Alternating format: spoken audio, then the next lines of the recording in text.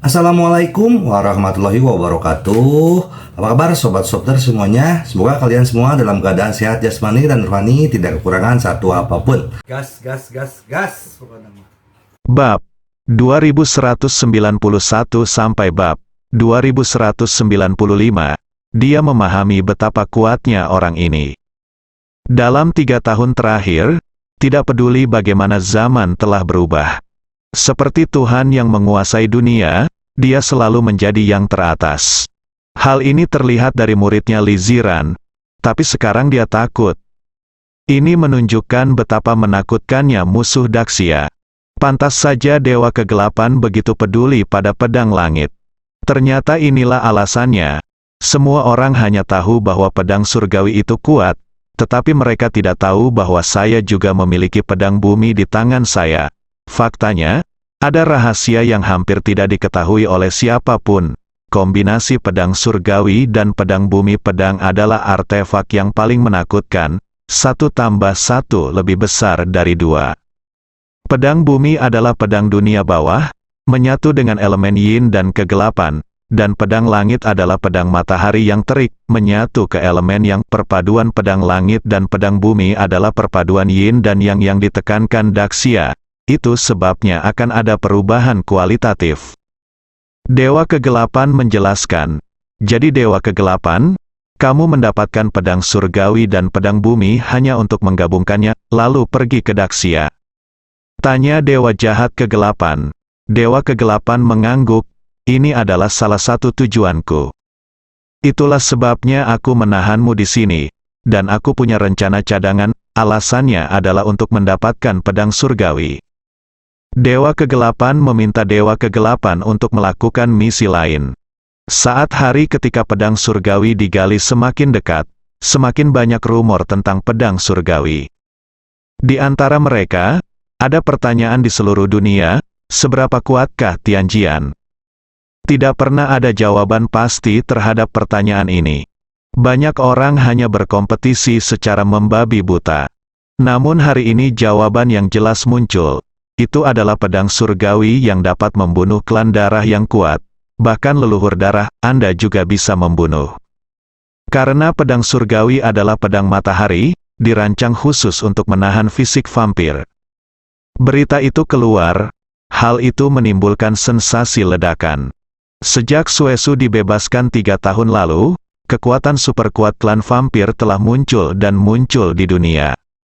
Banyak orang mengetahui tentang bakat luar biasa yang dimiliki para vampir. Apalagi nenek moyang saudara itu abadi dan bisa tidur ribuan tahun, atau bahkan lebih lama. Banyak orang kuat telah mencoba berbagai metode dan senjata kuno serta senjata teknologi modern, tetapi mereka tidak dapat membunuh leluhur darah sama sekali. Tidak ada senjata atau metode untuk menahan para vampir. Mereka tidak bisa dibunuh sama sekali. Dalam 3 tahun terakhir, klan vampir juga menjadi negara adidaya. Keempat leluhur darah telah sepenuhnya terbangun dan hampir tak terkalahkan. Sekarang pedang surgawi dapat membunuh leluhur darah, dengan jelas menjelaskan kepada semua orang betapa kuatnya pedang surgawi. Semakin banyak orang yang ingin merebut pedang surgawi. Misalnya saja saingan vampir, musuh vampir, dan lain-lain juga ikut dalam barisan penjambretan. Tak hanya itu, bahkan para vampir pun ikut bergabung dalam barisan perampok. Senjata semacam ini yang dapat mengincar fisiknya dan membunuh leluhur sedarahnya tidak boleh jatuh ke tangan orang lain.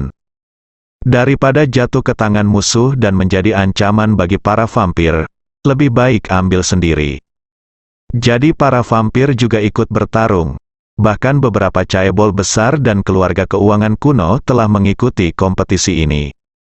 Meskipun mereka tidak bisa menggunakan pedang surgawi, tapi mereka bisa menggunakan pedang surgawi sebagai alat tawar-menawar untuk berdagang dengan orang lain, atau mereka bisa menggunakan pedang surgawi untuk mempekerjakan beberapa orang kuat. Hal ini membawa persaingan pedang surgawi ke tahap yang sengit. Ini juga merupakan perselisihan terbesar dalam 3 tahun terakhir. Awalnya, Tian's Mansion mengira Tianjian stabil dan akan tinggal di Daxia. Tapi sekarang keadaannya semakin parah. pedang surgawi secara bertahap menjadi senjata ajaib yang menciptakan dunia. Sepertinya seluruh dunia berlomba-lomba untuk mendapatkannya. Berbagai alarm datang dari Tian's Mansion. Elemen tak dikenal memasuki Daxia. Dari timur, dari barat, dari selatan. Satu demi satu. Perintah yang diberikan oleh Marsekal Tians bukanlah untuk menghentikan mereka, tetapi membiarkan mereka semua masuk. Menghalanginya sekarang hanya membuang-buang tenaga. Sebaiknya tinggal dan datang bersama, tapi Marsekal Tians juga punya rencana. Tujuannya melakukan ini sederhana, saya sengaja membiarkan semua orang masuk, hanya untuk mencatat informasi identitas semua orang sebanyak mungkin. Ini setara dengan segala sesuatu yang berada di bawah kendali Tian's Mansion. Mereka yang datang semuanya adalah orang-orang kuat dari seluruh dunia. Ini akan membantu Tian's Mansion mengendalikan situasi di masa depan. Lagi pula, hanya dengan mengenal diri sendiri dan musuh Anda dapat memenangkan setiap pertempuran. Apa, Li Ziran ada di sini? Oke. Awasi, jangan beritahu yang lain dulu, ada. Kejutan kali ini, kita tidak hanya akan memenangkan pedang surgawi, tetapi kita juga akan menyingkirkan banyak musuh, Marsekal. Tians tersenyum. Sisi lain, Jiang Bei. Junjun menghabiskan waktu bersama kakek dan neneknya akhir-akhir ini. Setelah mendengar pedang surgawi lahir, Junjun juga ingin ikut bersenang-senang. Saat dia keluar kali ini, dia sudah mengalaminya. Saya hanya menggunakan kesempatan ini untuk melihat apakah saya dapat menemukan petunjuk tentang orang tua saya. Jadi Junjun pun pergi ke tempat di mana Tianjian akan segera dilahirkan. Namun dia tidak lagi membawa serta nenek dan kakek neneknya. Bagaimanapun, ini adalah hal yang berbahaya. Junjun mungkin tidak bisa mengurusnya, jadi dia langsung pergi ke sana sendirian. Melihat Junjun berjalan sendirian, beberapa leluhur yang diam-diam menghela nafas, Junjun telah dewasa. Mereka juga menjadi semakin senang, namun dia juga menjadi depresi. Junjun tumbuh dewasa berarti terpisah dari mereka. Tidak mungkin, Junjun harus memikul beberapa tanggung jawab yang harus dia pikul. Kita hanya bisa memberikan sedikit bantuan, tapi kita tidak bisa melindunginya selama sisa hidupnya. Leluhur perempuan itu menghela nafas. Tempat keluarnya pedang surgawi adalah di pegunungan bersalju di perbatasan utara Daxia. Tempat yang sangat dingin, karena pedang surgawi adalah pedang matahari tertinggi. Ia sebenarnya dapat disembunyikan dan dihembuskan di tempat yang begitu gelap dan dingin, dan tidak akan ditemukan dalam waktu yang lama. Kalau tidak, aura pedang matahari pasti sudah bocor sejak lama. Oleh karena itu, Tianjian tidak akan ditemukan dalam waktu yang lama. Jika bukan karena organisasi energi yang menambang bahan energi, tempat ini tidak akan ditemukan. Namun, karena pedang surgawi berada di tempat yang sangat dalam dan sulit untuk digali, waktu penggaliannya diundur berulang kali. Hal ini telah dikonfirmasi, besok siang, saat matahari terbit, pedang surgawi akan keluar. Sehari sebelumnya, area ini sudah dipenuhi oleh orang-orang kuat yang tak terhitung jumlahnya. Ada banyak orang kuat yang datang. Semakin banyak orang berkumpul, semakin banyak pula orang yang berkumpul. Sudah banyak orang yang berkelahi dan membunuh. Lagi pula, ada orang-orang yang datang dari seluruh dunia, dan mudah untuk bertemu musuh Anda. Pedang surgawi belum keluar, dan pembunuhan terus berlanjut. Mayat berserakan di mana-mana, rasanya seperti api penyucian di bumi. Tapi kekuatan besar yang sebenarnya muncul di saat-saat terakhir dan tidak akan pernah muncul sehari sebelumnya. Tapi banyak dari mereka sudah tiba, hanya bersembunyi di kegelapan. Junjun juga tiba di sini sehari sebelumnya. Banyak orang melihat Junjun sebagai seorang gadis kecil dan mencoba menindasnya, namun Junjun memukul baliknya. Sejujurnya, orang inilah yang paling tidak bisa ditindas kali ini. Diam-diam, ia diikuti oleh beberapa leluhur, tapi Junjun masih pintar dan rendah hati untuk menyembunyikan dirinya tanpa menarik terlalu banyak perhatian. Kalau tidak, dia pasti sudah menjadi pusat perhatian sejak lama. Saat ini, markas organisasi Alkitab berada dalam sangkar gelap. Dewa jahat awan api telah pingsan. Dia tidak bisa hidup dalam kehidupan yang lebih buruk dari kematian. Setelah disiksa, dia membiarkan dirinya pergi dan mengurus dirinya sendiri. Saya sudah lama tidak sadarkan diri, napasnya menghilang sedikit demi sedikit. Ini berbeda dengan aura Ye Junlin yang menghilang. Dia kehilangan vitalitasnya, dan ketika dia kehabisan nafas, dewa jahat awan api juga akan mati. Tetapi pada saat ini, dewa jahat Huoyun tiba-tiba merasakan fluktuasi energi yang menakutkan dan menakutkan. Dia terbangun langsung dari keadaan tidak sadarkannya. Segera dia tahu dari mana gelombang energi ini berasal. Ye Junlin di sebelahnya. Saat ini, Ye Junlin sepanas matahari. Energi mengerikannya semakin kuat, seperti matahari semakin dekat dengan dewa jahat awan api, dan panasnya semakin menakutkan. Ya, Tuhan, dewa jahat awan api merasa seperti dia akan dilebur oleh energi mengerikan ini. Dia tidak tahan sama sekali. Jika Anda tidak mengambil tindakan pencegahan, dia akan segera menghilang. Dewa jahat awan api juga pulih di bawah rangsangan energi ini. Dia dengan cepat mencoba yang terbaik untuk menahan fluktuasi energi mengerikan yang berasal dari Ye Junlin. Apa yang terjadi? Apa yang terjadi di sini? Dalam 2 tahun terakhir, aura Ye Junlin yang mundur menjadi semakin lemah, dan pada akhirnya, dia tidak memiliki aura sama sekali. Sama seperti biksu terkemuka yang meninggal dunia. Dewa jahat awan api tidak bangun, tidak peduli bagaimana dia menelepon. Jadi dia mengira Ye Junlin sudah mati. Tapi kenapa dia mengeluarkan energi yang begitu kuat saat ini? Menakjubkan. Apakah ada harapan? Apakah kemundurannya akan segera berakhir? Namun sebelum dia sempat berpikir, energi mengerikan membombardirnya. Hal itu langsung membuat tenggorokannya terasa manis dan tersumbat. Dewa jahat awan api terkejut. Ini hanyalah nafas yang keluar. Fluktuasi energi yang sangat menakutkan. Tidak berlebihan jika dikatakan bahwa Ye Junlin itu seperti matahari. Aura yang terpancar dari tubuhnya berubah menjadi energi mengerikan yang membakar dan melelehkan dewa jahat awan api. Dewa jahat awan api merasa kulit tubuhnya pecah-pecah, organ-organnya akan meledak, dan jiwanya akan ditarik pergi. Dia merasakan sakit yang luar biasa. Dewa jahat awan api sebenarnya mengasingkan diri selama 2 tahun. Jauh lebih kuat dari sebelumnya. Sekarang dia melakukan yang terbaik untuk memblokir fluktuasi energi ini dalam pertarungan sebenarnya. Meskipun dia berjuang untuk melawan, semakin banyak darah mengalir dari mulutnya. Rasa sakitnya menjadi semakin hebat, dan jiwanya hampir terkoyak. Dewa jahat awan api menggunakan pertahanan terkuat dalam hidupnya untuk menahan fluktuasi energi ini. Namun jeritannya semakin keras, darah semakin banyak, dan luka terbuka di tubuhnya. Dewa jahat Huoyun tidak pernah terancam kematian seperti ini seumur hidupnya. Tapi ini hanyalah fluktuasi energi di tubuh Ye Junlin. Seberapa kuat dia jika energi aslinya dilepaskan? Tidak tahu. Bagaimanapun, dewa jahat awan api pasti telah hancur seketika dan berubah menjadi ketiadaan. Bahkan tidak ada sampah yang tertinggal, kengerian yang tak terbayangkan. Seluruh tubuh dewa jahat awan api gemetar, dia takut, sangat takut.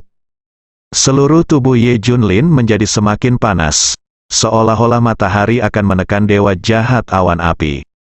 Apa yang tidak diketahui oleh dewa jahat Huoyun adalah bahwa perubahan yang mengejutkan sedang terjadi di luar penjara gelap. Kilatan petir merah mengamuk di udara, menimbulkan suara yang menakutkan. Sepertinya seluruh dunia sedang marah. Dewa jahat awan api berteriak histeris, tubuhnya akan meledak. Dia akan mati. Padahal, ia selalu ingin mati, dan akhirnya menyerah pada dirinya sendiri. Tapi sekarang dia merasakan fluktuasi energi di tubuh Ye Junlin. Dia merasakan ada harapan lagi. Dia tidak ingin mati. dia ingin hidup, namun energi panas di depannya hendak mencabik-cabiknya. Pada saat tubuh dewa jahat Huoyun meledak, semua energi tiba-tiba menyusut dan kembali ke tubuh Ye Junlin. Dalam sekejap, paksaan terhadap dewa jahat awan api menghilang. Pada saat hidup dan mati, dewa jahat Huoyun diselamatkan. Aduh, dia terengah-engah, seolah-olah dia telah mati sekali. Pada saat ini, dia melihat Ye Junlin, yang sedang mengasingkan diri, tiba-tiba membuka matanya, dan sepertinya ada kilat di dalamnya, matanya, bintang-bintang terbalik dan alam semesta hancur. Penampilan macam apa itu? Pandangan sekilas ini sepertinya menembus jiwanya. Kuat, terlalu kuat, sangat kuat, pengalaman ini belum pernah terjadi sebelumnya. Berubah, dia merasa Ye Junlin telah berubah. Ada aura halus pada dirinya, seolah dia menyatu dengan segala sesuatu di dunia. Perasaan itu sungguh sangat luar biasa. Perasaan ini hanya dialami oleh guru Ye Junlin. Tuan, apakah Anda sudah menyelesaikan retret Anda? Dewa jahat awan api bertanya dengan penuh semangat. Iya, akhirnya muncul jawabannya. Tanggapan ini, Dewa jahat Huoyun telah menunggu selama 2 tahun. Akhirnya terdengar suara Ye Junlin. Ye Junlin membuka matanya, berbicara dan berdiri. Lebih dari 2 tahun, Ye Junlin menghela nafas. Dewa jahat awan api mendapatkan kembali harapannya dan menatap Ye Junlin dengan penuh semangat. Dilihat dari nafas yang baru saja keluar, dia sangat percaya diri pada Ye Junlin. Tuan, bisakah Anda membukanya? Suara dewa jahat awan api jelas bergetar. Ye Junlin tersenyum dan berkata, aku akan mencobanya. Berdiri di belakangku. Dewa jahat awan api mendengar ini dan berdiri di belakang Ye Junlin. Boom, dia tersenyum, mengangkat tinjunya, dan meninju tanpa kejutan apapun. Namun pukulan yang tampak biasa ini memiliki kekuatan yang melampaui batas waktu dan kekuatan. Kesederhanaan adalah keadaan tertinggi. Ini adalah upaya Ye Junlin untuk mencapai kecepatan dan kekuatan tertinggi dalam 2 tahun pengasingan. Pukulan ini tampak biasa saja, tapi itu adalah jawaban Ye Junlin atas pengasingan selama lebih dari 2 tahun. Bas, dewa jahat Huoyun mendengar suara gemetar ruang dan waktu di telinganya, dan merasakan fluktuasi yang menakutkan. Pukulan ini menjadi semakin kuat. Ledakan gelombang udara, dewa jahat awan api terkejut saat mengetahui tinju Ye Junlin belum mengenai dinding. Dinding itu merasakan energi yang mengerikan, dan itu benar-benar berubah bentuk dan tenggelam ke dalam. Deformasi ini menjadi semakin intens. Boom, sampai Ye Junlin meninjunya, telinga dewa jahat Huoyun menjadi tuli, penglihatannya kabur, dan otaknya benar-benar kosong. Pukulan ini seakan mengubah dunia menjadi kekacauan. Biarkan jiwa dewa jahat awan api ditarik. Saat Ye Junlin meninju, petir mengamuk di udara di luar. Retak itu pecah, dinding di depan Ye Junlin dan dewa jahat Huoyun hancur. Itu meledak, segera setelah itu, dinding logam di luar hancur total. Penglihatan Ye Junlin melebar. Boom, retak, klik. Klika seluruh sangkar gelap hancur sedikit demi sedikit. Pada akhirnya, seluruh sangkar gelap meledak. Tidak ada yang tersisa. Di bawah pukulan Ye Junlin, dunia runtuh dan matahari serta bulan terbalik. Sangkar kegelapan langsung dihancurkan. Meskipun terdapat perangkat untuk mengubah energi antara 2 dinding logam sangkar gelap, sebagian besar kekuatan yang Anda gunakan akan diubah dan tidak akan melukai dinding logam sama sekali. Namun alat konversi ini juga mempunyai batas atas. Bila batas atas tercapai maka akan ada energi yang tidak dapat diubah. Bahkan perangkat transformasi akan meledak. Pukulan Ye Junlin terlalu kuat sekarang. Begitu kuat hingga mengguncang dunia, langsung melebihi batas atas dan toleransi perangkat konversi. Retak, perangkat transformasi instan meledak dan berubah menjadi ketiadaan. Jika perangkat konversi gagal, kedua dinding logam tersebut akan langsung dibombardir secara paksa. Oleh karena itu, seluruh kekuatan pukulan Ye Junlin menghantam kedua dinding tersebut, menyebabkan kedua dinding tersebut meledak. Dengan pukulan Ye Junlin, awan darah merah di luar langsung menghilang. Kompleks pegunungannya juga terbelah di tengah. Kabut tebal tak jauh dari situ juga menghilang. Dengan satu pukulan, tempat api penyucian ini berubah menjadi laut biru dan langit biru.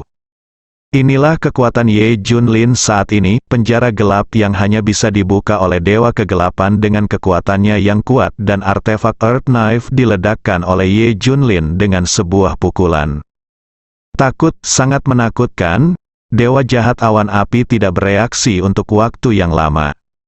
Rasanya jiwanya terpisah dari tubuhnya, dia mati lagi.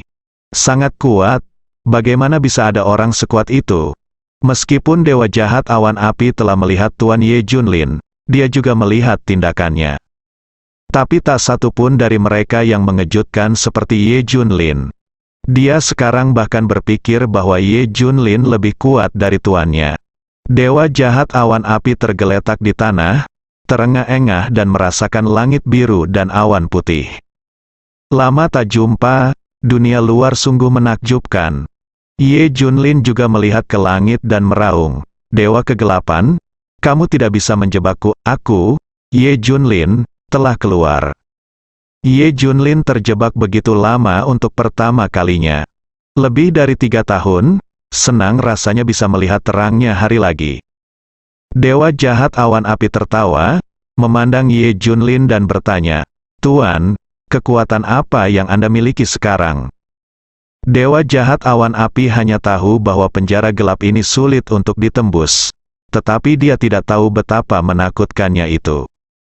Ye Junlin menggelengkan kepalanya, aku juga tidak tahu, tapi aku tahu aku kuat, rasanya seperti aku bisa menembus dunia dengan pukulan penuhku.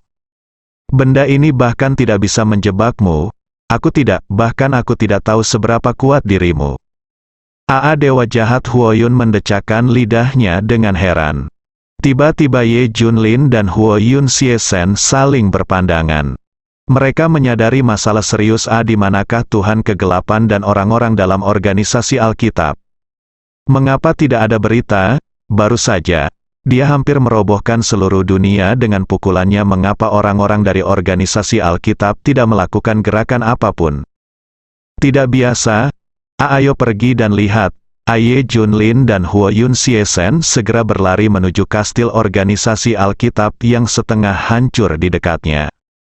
Setelah keduanya masuk, mereka menemukan bahwa tidak ada seorang pun di sini. Tidak ada makhluk bernapas, Tuan. Kalau dilihat dari berbagai jejak, sudah lama tidak ada orang yang ke sini. Sepertinya telah terjadi migrasi besar-besaran. Kata Dewa Jahat Awan Api setelah mengamati.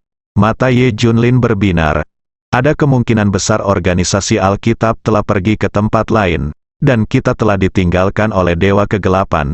Dia mungkin berpikir bahwa aku tidak menyerah padanya. Ini seperti sangkar gelap, mengurungku seumur hidupku. Ye Junlin dengan cepat menganalisis alasan mengapa organisasi Alkitab keluar. Tapi kamu tidak menyangka, kan? Aku keluar, ayo pergi, ayo kembali. Ye Junlin tidak sabar untuk kembali, lebih dari 3 tahun. Bagaimana kabar saudara-saudaramu? Bagaimana kabar saudara-saudara? Dia sangat cemas. Li Ziran dibawa ke tempat lain oleh organisasi Alkitab.